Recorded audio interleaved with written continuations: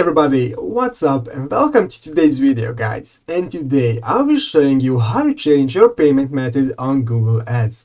So yeah guys, make sure to watch this quick and easy video till the very end and follow my steps correctly so you can make sure you can do this yourself.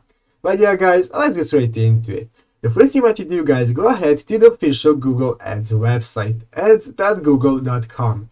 So guys, now you want to log into your account, or if you do not already have one, register for account, and after logging in, you'll be greeted by this main page right here. Here you can see all the campaigns that you have created, you can see your budget, you have the option to create a new campaign, and so on and so on.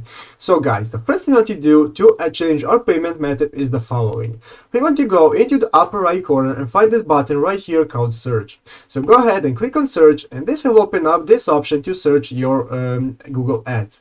So guys, what we want to type in is payment method, exactly as me. So guys, if you have typed in payment method, the first result right here should be payment methods. So guys, go ahead and click on that right there.